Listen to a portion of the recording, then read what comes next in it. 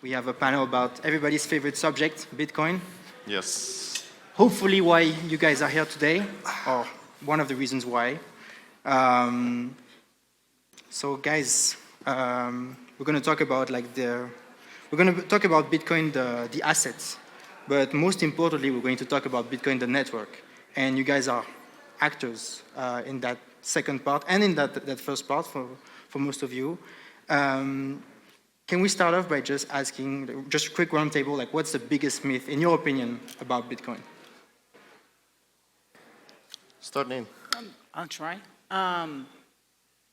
Having an actual fully L2 live, I think this is the biggest myth in my opinion. There's coming L2s and working on L2s, but I don't think there's a complete L2 on Bitcoin. And I think it's a misinterpretation. Okay. I think I would say the price, because everything we do and everything happening is really indexed on the price. And it is really contrary considering how the point of Bitcoin evolved over time.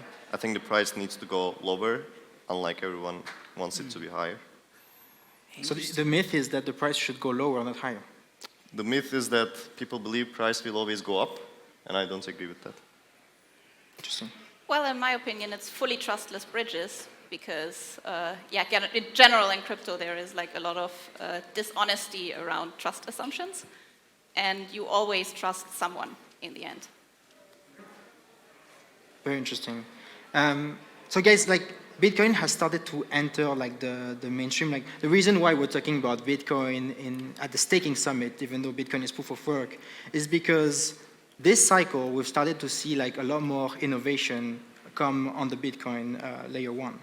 And also people are trying more and more to do like Bitcoin layer twos. We'll talk about that in a second, but I think that one of the reasons why we're seeing like this growth in like experimentation and innovation is mainly because in 2023 we saw ordinals, and ordinals kind of shifted the paradigm, shifted like the status quo on like what could be possible on the Bitcoin layer one, and it kind of changed the culture on like what you could do with Bitcoin block space. Do you think today in 2025, like this change has like a lasting impact, or do you think like there needs to be like more and more things that need to happen on Bitcoin for this to perpetuate itself? Yeah, I mean, I would answer this yes, obviously, because no matter how you find it, no matter how you find useless or even retarded, find embedding JPEGs on some blockchain and then attributing some value to it, at the end of the day, it brings more developers working on that and more developers finding more clever ways to do more interesting transactions that you may find interesting in the first place, and then later on you may even start to adopt it. So it's kind of similar to the NFT mania or the NFT marketplace mania that happened on Ethereum even, which undoubtedly unlocked some great value that people are today using. So I think the answer is obviously yes. Yeah, that's it. So I have a bit of a more differentiated opinion. So I do think it has an impact and it brought the discussion up again. But what a lot of people don't know is actually like in block space discussions were around for a long time already. Like one of them was in 2014 because actually, I don't know if everyone knows here, but USDT was initially first launched on Bitcoin via the Omni protocol.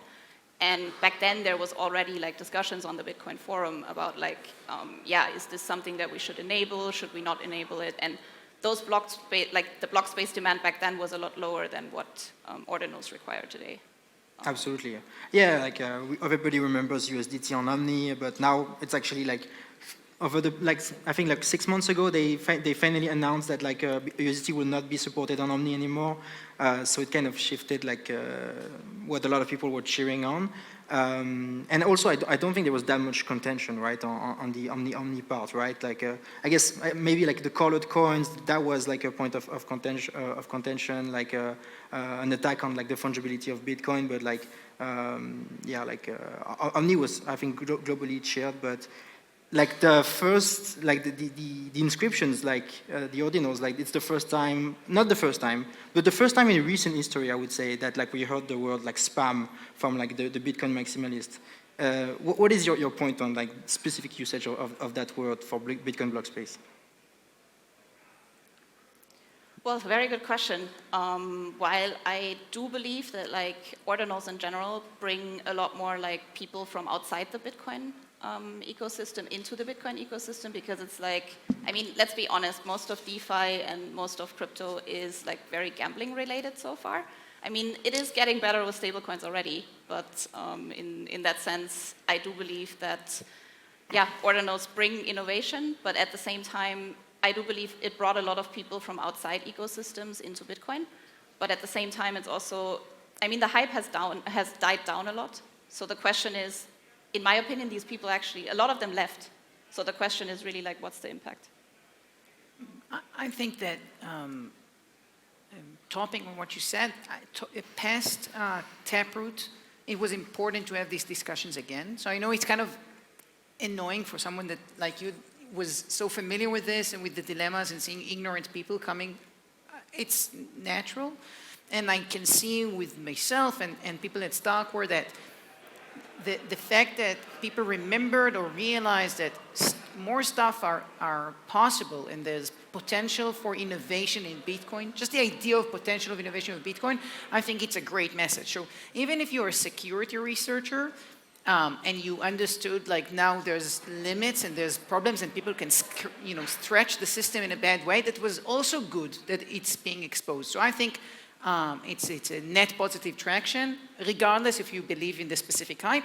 I think a lot of BitVM efforts got much more powerful, like a lot of boosts around this area, and I think there are very, very interesting efforts, like Citrea, what we're doing with Altman, it's big stuff, so. Yeah, I think my last comment is, you may not like how people use a blockchain, but you should not touch how they use it. Otherwise, it's just a machine that can be controlled and that can even be controlled by a government or something. So you should just avoid, whether you like a transaction or not, that's your problem. It should always be available. Yeah, I agree very much with Talip's take here, because one of Bitcoin's core strengths is its censorship resistance. And we should not allow this being taken over. I agree. Absolutely. One thing I want to touch on is, I mean, we could go on and on about like specifically like this point, and I'm sure that like some Bitcoiners like would wish they could go back in time and stop Taproot because of all of the things that that's happening today. But generally, like, what is your opinion on like the relationship between Bitcoin the asset and Bitcoin the network? Nathan? They're inseparable. At this day and age, I don't think there's a difference between, like, Bitcoin only lives on the Bitcoin chain at this moment. Bitcoin is Bitcoin being locked on a multi-sig or different stuff. I think the idea of separating them is not the way to go, but you want to, in a sense, extend what Bitcoin on Bitcoin can do. And I think Babylon had their approach and BitVM is a different approach, but I don't think the idea of having Bitcoin being native on other chains is the right way to think about it. It's more of how Bitcoin on Bitcoin can do more stuff in that sense. So even when I think about trust minimizing bridges of Bitcoin, I think of it as a way for you to use your Bitcoin on the Bitcoin chain in a way that's more elaborate and you can do more stuff with. But yeah. I think, yeah, go ahead. Please go ahead. No, no. So I think that when people hear Bitcoin, they think about Bitcoin as the asset. In my opinion, you could separate both Bitcoin, the asset, and Bitcoin, the network. You could allow like all kinds of tokens being issued on Bitcoin itself, and then these tokens are used to pay the miners. But at the same time, we at Atomic, for example, we do trust minimized swaps between Bitcoin and other chains. We are live between Bitcoin on-chain Lightning and StarkNet. We're also live on testnet with Citrea. So we're like a BitVM enabler, but more of that later on. And yeah, Bitcoin, the network, is like the most secure network out there ever existed. And this is what we're leveraging at Atomic. Interesting, yeah. Talking about like using BTC in other chains than Bitcoin, the layer one. Like there is a paradox for currently that like Bitcoin is actually like used more on like Ethereum, Solana, or Sui than it is on like Bitcoin-aligned chains. I say Bitcoin-aligned because, as Nathan said, like it's not fair to call a lot of these Bitcoin L2s like proper L2s as of now, at least. How do you explain this paradox? Yeah, I mean, Bitcoin itself today functions very good as a network, and it has its own security properties, but when you try to use the chain, to some degree, you can do whatever you want, but other than that, there's a lot of things that you are not able to do, particularly, especially if you consider the current state of crypto, which is more or less the same as gambling and casino, I would say. And then alternative layers basically give you this opportunity, but then the problem with alternative layers is I don't really believe that we as an industry is transparent enough on what we do and what we don't do. Particularly on any chain, if you can give me like XBTC, let's say, I don't know if this exists or not. Generally, the main problem with many Bitcoiners, and also me, is I don't trust XBTC because for many cases I don't even know who the custodians are.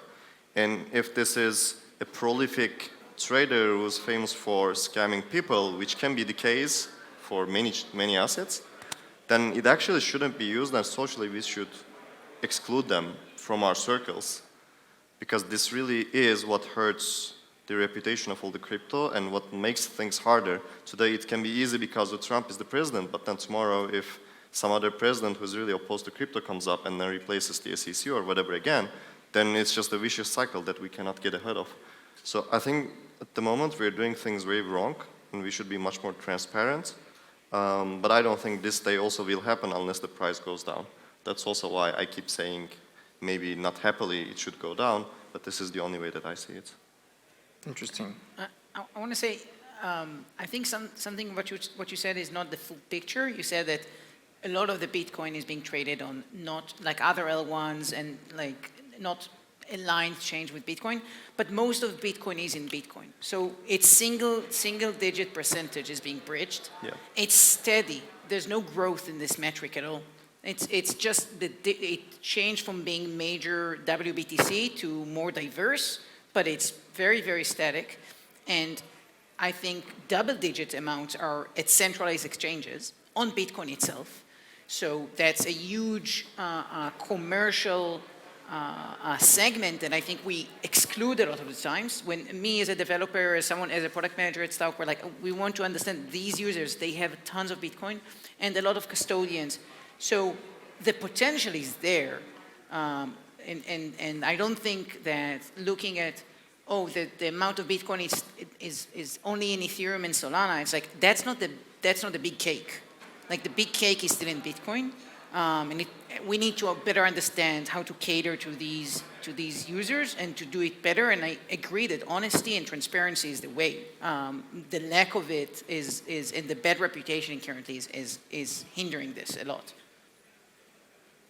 Interesting. Yeah, and I mean, talking about like all of these things that are currently happening on Bitcoin aligned chains or Bitcoin itself, like we are seeing like some innovations in like some form of programmability in Bitcoin. We're seeing like some protocols do like even Bitcoin staking on the layer one, but I don't think we're seeing like the same level of programmability in that staking or that DeFi as like other chains, for example. Like how do you perceive like the current status of the Bitcoin chains when it comes to like these use cases that might require more programmability?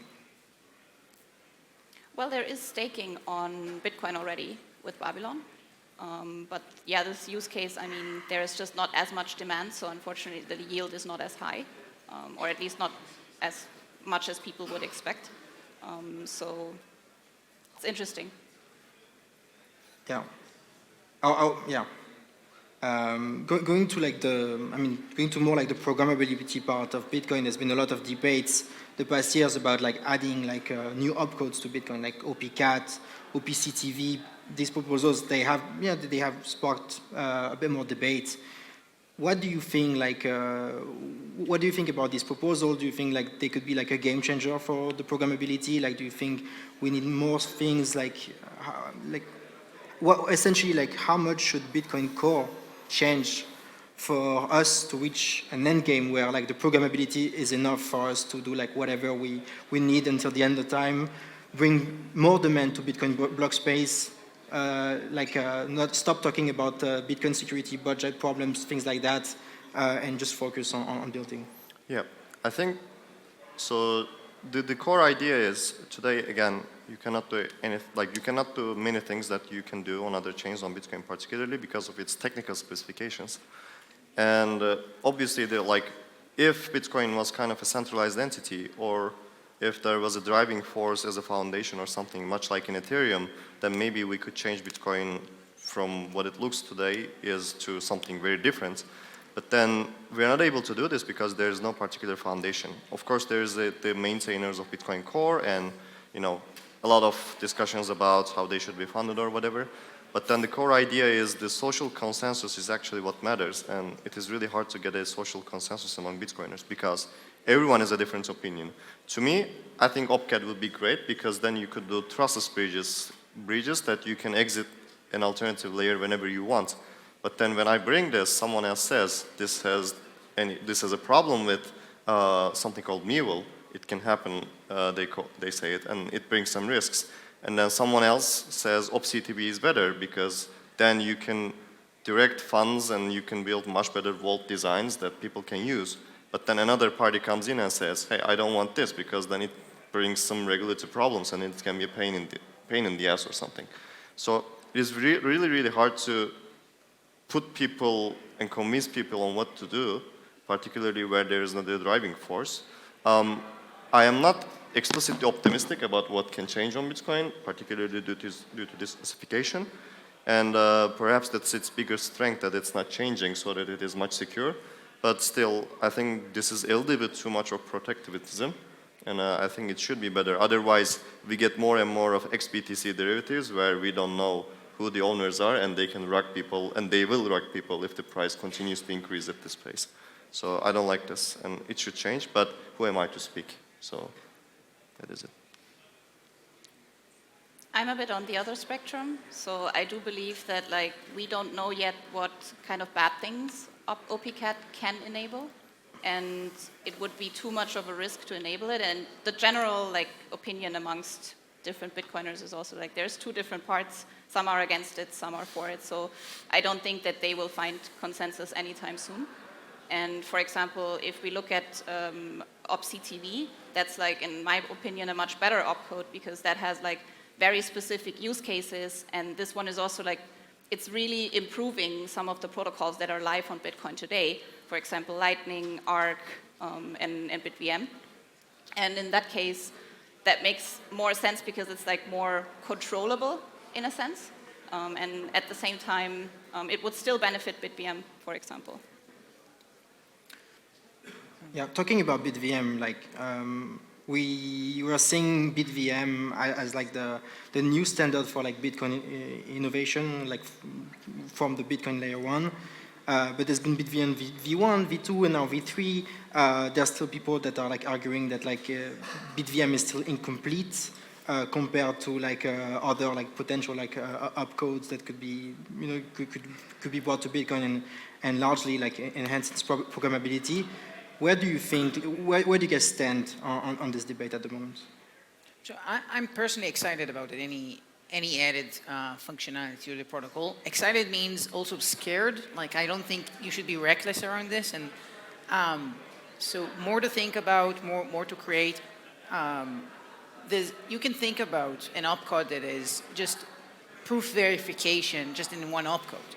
You can enable private transactions, you can enable amazing stuff that with not a lot of cost, basically, to give Bitcoiners new utility and I think better networks, but at some risk. So it's not like I have a favorite opcode that I have a poster of in front of my bed or something, but I generally think that the idea of changing the protocol, even if it's going through or not, is very positive, and we should consider them.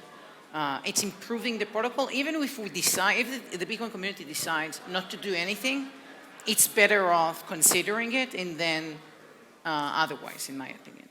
Yeah, I think one explanation that we need to do is we talk about something called BitVM, but what is BitVM? So the core idea is, I keep bashing the wrap BTC derivatives, but I think we all should do this. So currently, the BTC that you use on Ethereum, the BTC that you use on Base or whatever other chains, whoever the custodian is, what they do is a multisig, basically. Like you give your money into 5 people, and then 3 of them can move the money into anywhere they want. Well, on paper, it may look okay, but in practice, if the price increases or if they get hacked, then it becomes really tricky because they can freeze the funds much easily, and even if they give signatures or somehow they get hacked, then the money can be moved. So all you left is nothing BTC. So today, the BTC on other assets are not as safe as we would like to see them. And for example, on Ethereum, there are some ZK-based good solutions where you can take your money out of different systems. But on Bitcoin today, for BTC derivatives, we don't have this. With BitVM, you kind of have a very clever algorithm that I don't really want to dive here. But the core idea is, instead of a 3 of 5 multisig, you have, let's say, a 15 of 15 multisig or a 20-20 multisig. But then the idea is, if someone tries to steal your money, then you can challenge them and you can kick them out. So this is a very major breakthrough that came around like 2 years ago. But the core idea is you need only 1 out of n custodians to be always online and honest so that your funds are secure. So this idea is very new. It's been only like 2 years ago since it's published first, and then it evolved. And there are several teams working on it with Citrea, there is me and my company being one of them. The core idea is you get a now trust minimized bridge where if there is someone, some entity that you know to be familiar with, that you know to be trustable, then it is much more secure than compared to what we have today. Probably the BitVM-based protocols, whatever CBTC, what we call, will be, or SBTC, let's say if StarkNet wants to call that name, they will be live next year probably, or early next year, I would say we're going live. But the core idea is we need a better BTC derivative, and BitVM unlocks this. So if you want, we can also catch by later the panel. I can talk more on the technical specifications. But it has an impact to change the security game of the Bitcoin assets. Of course, the distribution and the current volume of BTC assets are kind of, has their own properties, but if we can convince people that this is something that should be standard by default, that would be a net win for the whole industry. So that's my TLDR. Nice. Thank you for that. Last topic I wanted to touch on is a very important topic and a very important debate right now going on in the Bitcoin space that some people even compare to the block size war, is the Bitcoin Core versus Bitcoin Nuts drama.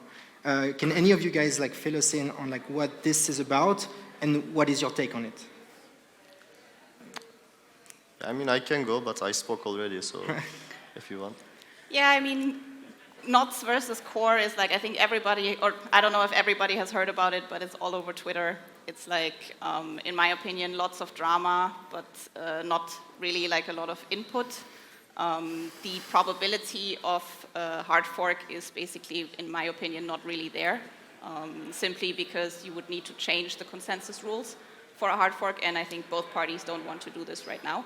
So it's a lot of bashing, it's a lot of meme-worthy stuff, it's a lot of fighting, and yeah, that's the very, very brief overview. I want to explain what it showcased to me, because I delved into it when it surfaced, and it's Bitcoin is not only not a perfect protocol as it is, it's always being, every imperfection in it is being used already. So there's an issue with the op return that is, so the idea basically is that there's a lot of different ways to use the protocol, and there's a lot of different safeguards, or I would say different code bases that check the correctness of transactions that you find. You can either go to a mempool and then they would screen for something, or you can go directly to the miner. And the fact that they will not enforce the same things, regardless of consensus, was surprising to me, and that the fact that people care about that surprised me.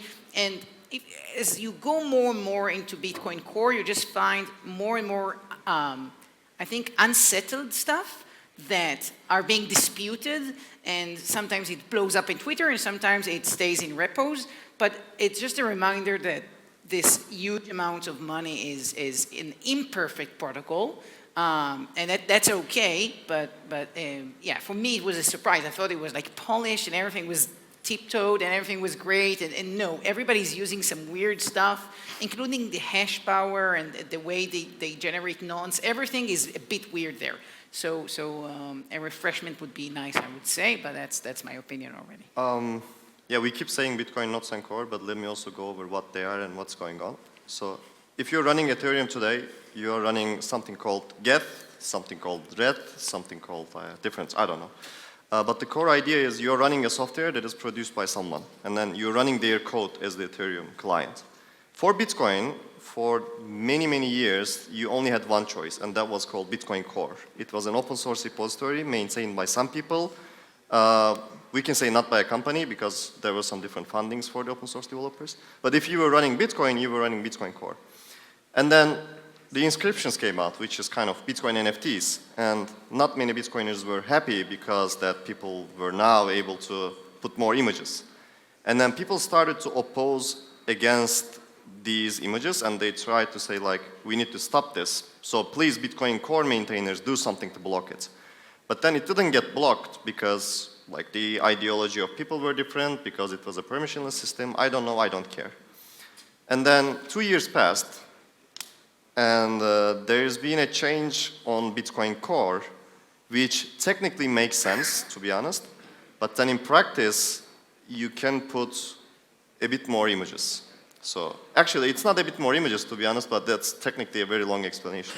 But the core idea is there's been a change on Bitcoin Core, which does not affect the consensus rules, which means if you're running an older version, you're still fine, and it's quite configurable as well. But then it made it a tiny bit easier to put some data to the sake of mempool or some stuff. This sparked some discussions among more Bitcoiners, saying like Bitcoin Core is now being influenced by some companies, and then they're spending money, and then we should save Bitcoin. So now they forked Bitcoin Core and then made a version called Bitcoin Notes. And Bitcoin Notes is primarily maintained by a small set of people who believes that there should be no images, whatever. But compared to Bitcoin Core, it also has very minimal changes because you cannot change the consensus rules.